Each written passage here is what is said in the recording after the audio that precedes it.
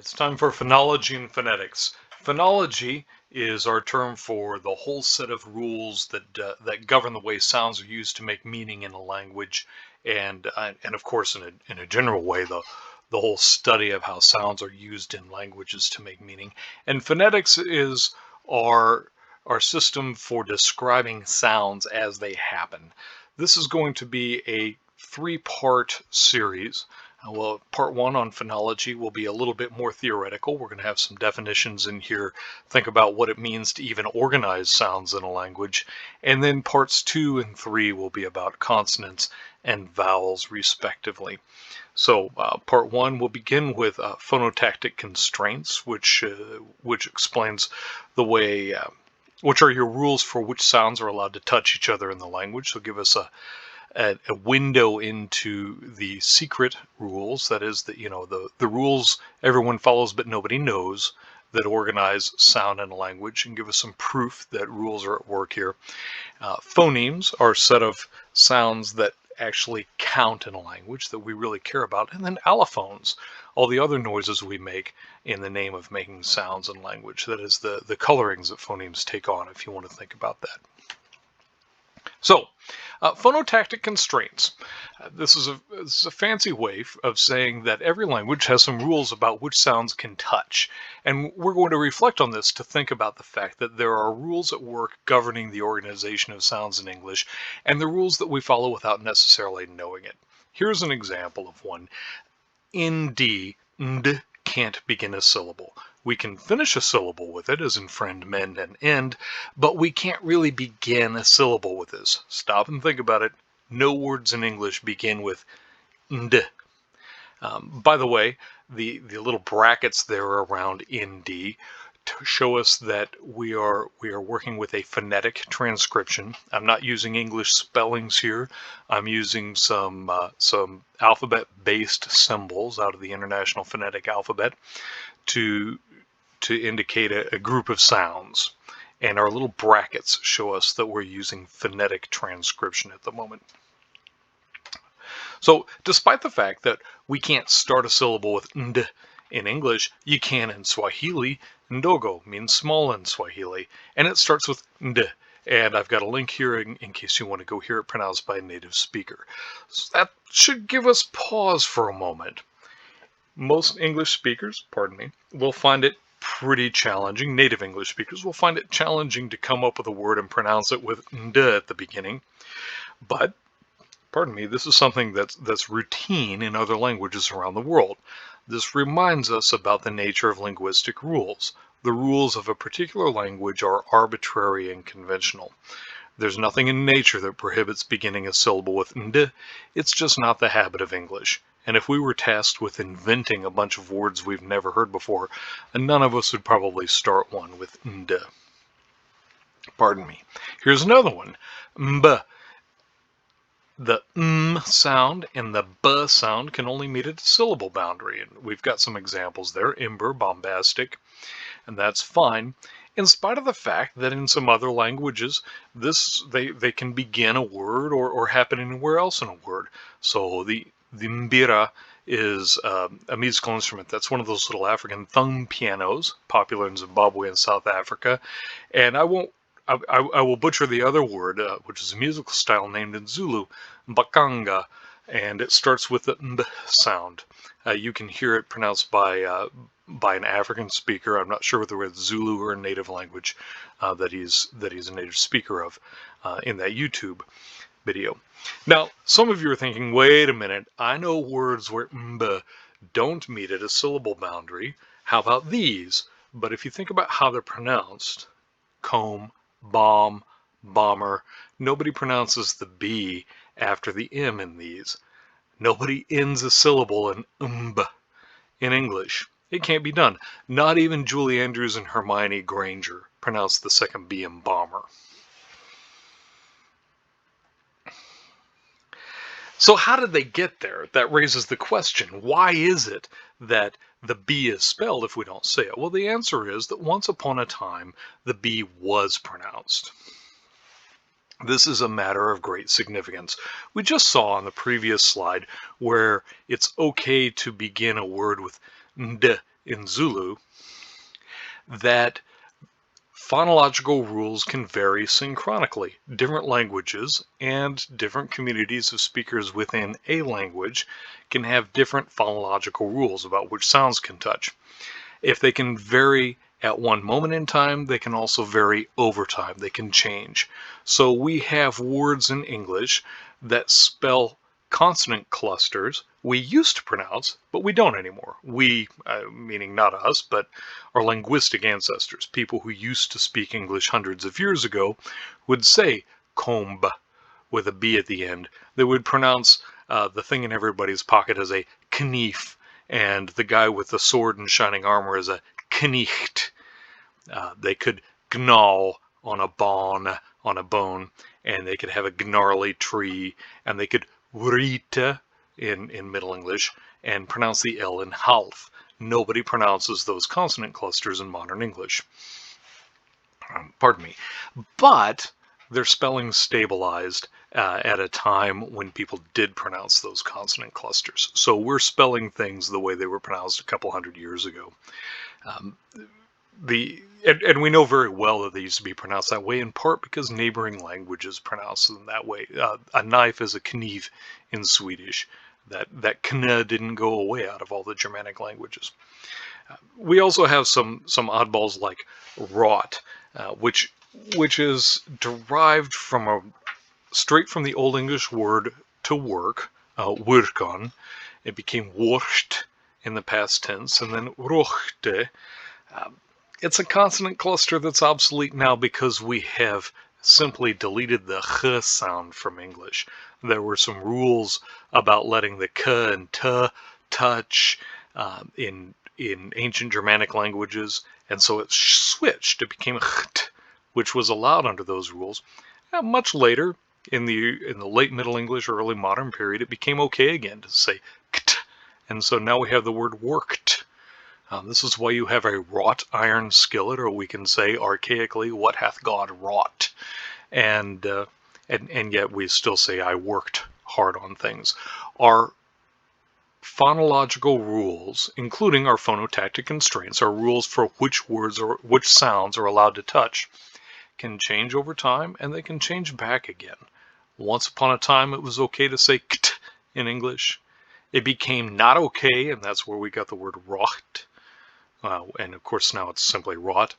And then it became okay again, and we went ahead and reformed the word worked out of more modern parts.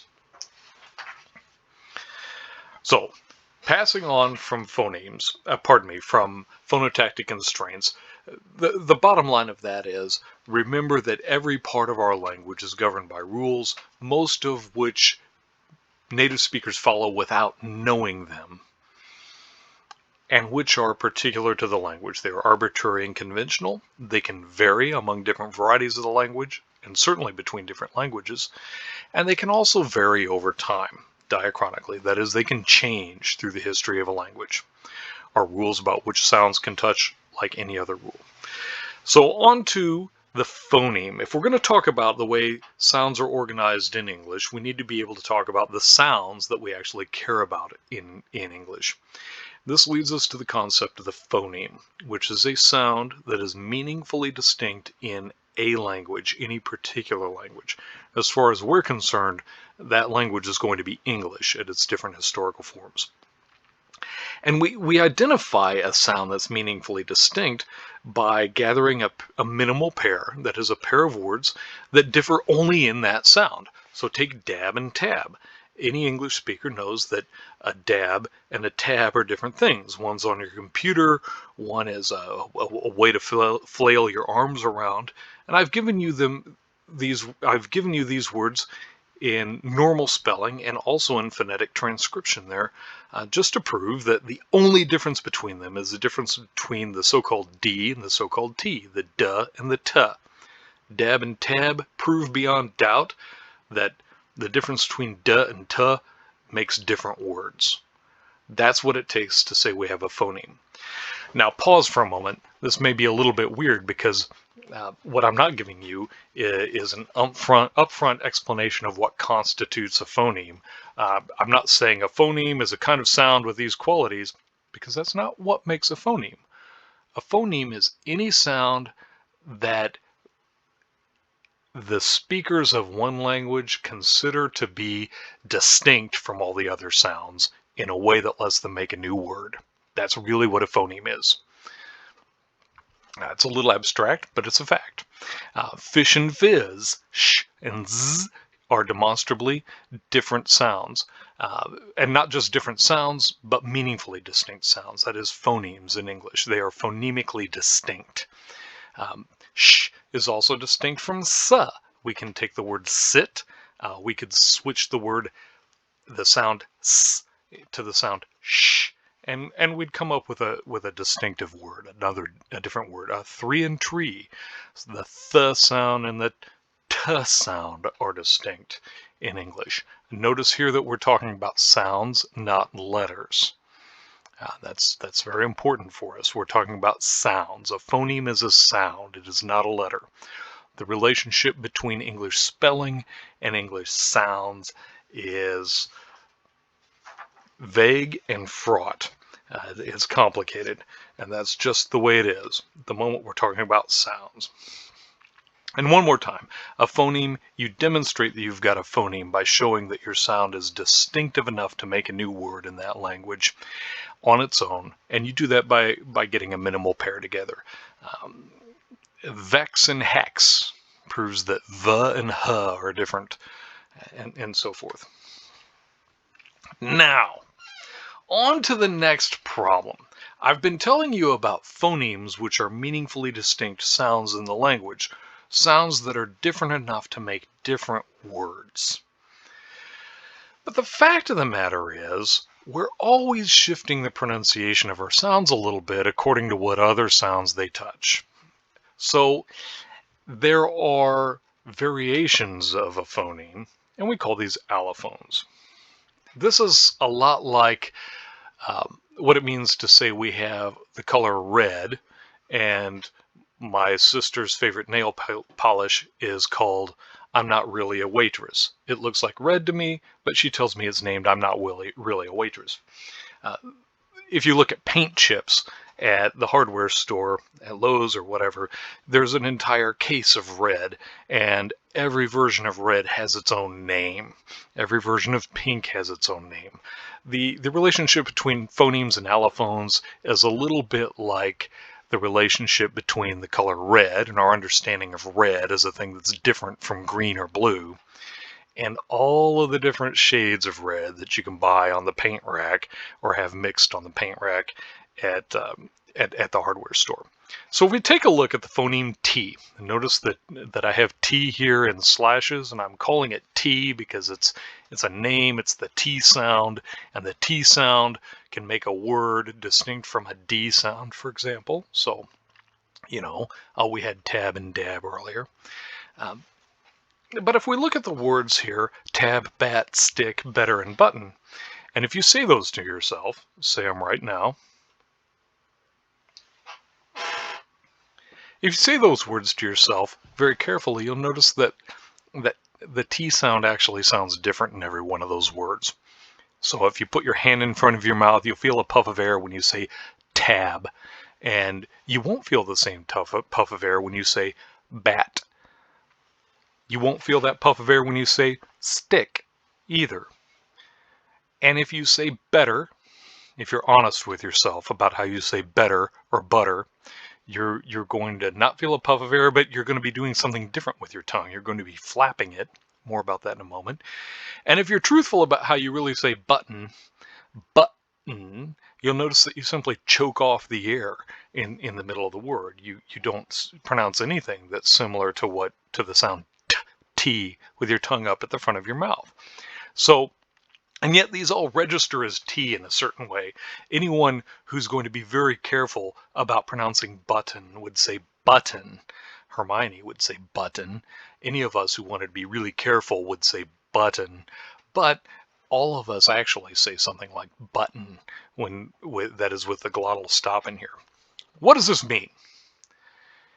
It means that the sound system of a language is really more complex than the phonemes. There are 35 to 45 phonemes in the language, depending whose theories you're using, but certainly at least 35 phonemes in the language. But we have dozens and dozens and dozens more variations of sound that we use to actually flesh out our pronunciation of the language.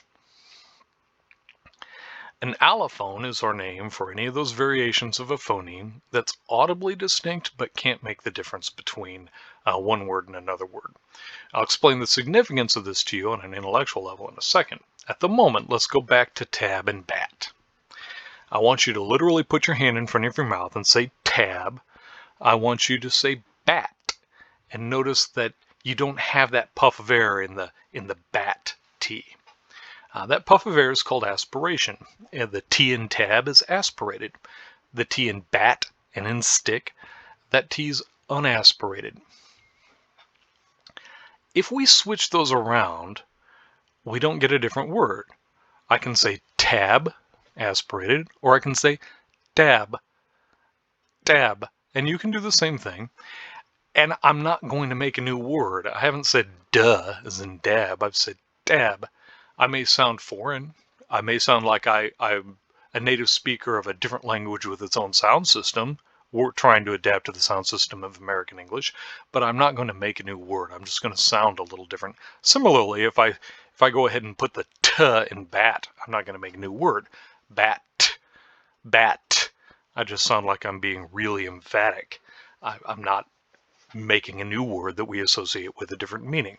That demonstrates to us our failure to make a minimal pair here demonstrates to us that the t sound and the d sound and the sound in better and the sound in button, those are all variants of the sound of the phoneme T in English. They're allophones of the phoneme.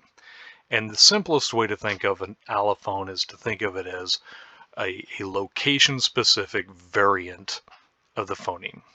We choose our phonemes because we're making words. We choose our allophones because they fit the phonetic environment they happen to fall into. If you've got a T before a syllable that ends in N, like button and kitten, you're going to make the glottal stop sound, for example. Okay, Carlson, why does this matter?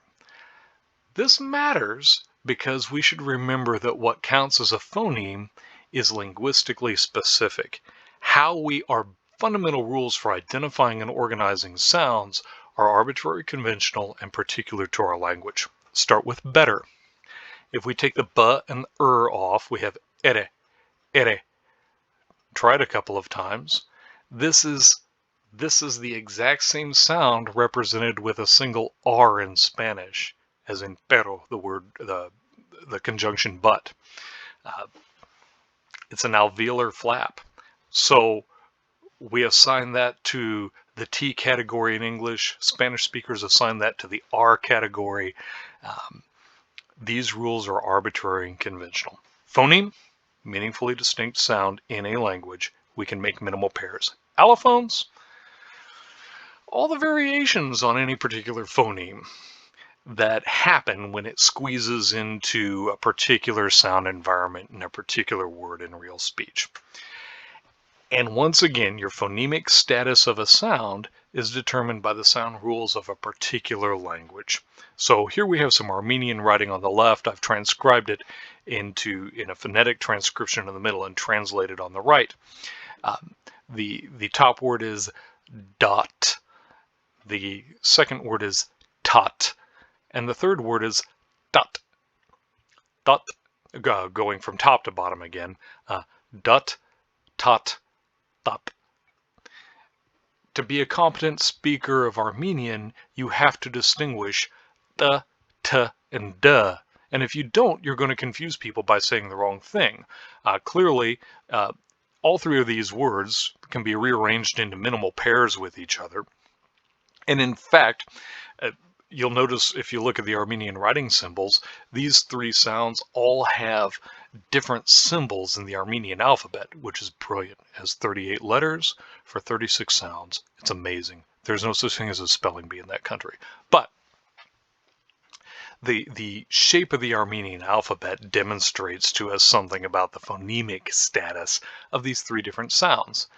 Whereas in English, only two of those, pardon me, the D sound is a phoneme, but both the T and the Th sound, both the tot as in paw and the th as in grandmother, both of those are allophones of the phoneme T in English. It's not our job to learn Armenian here.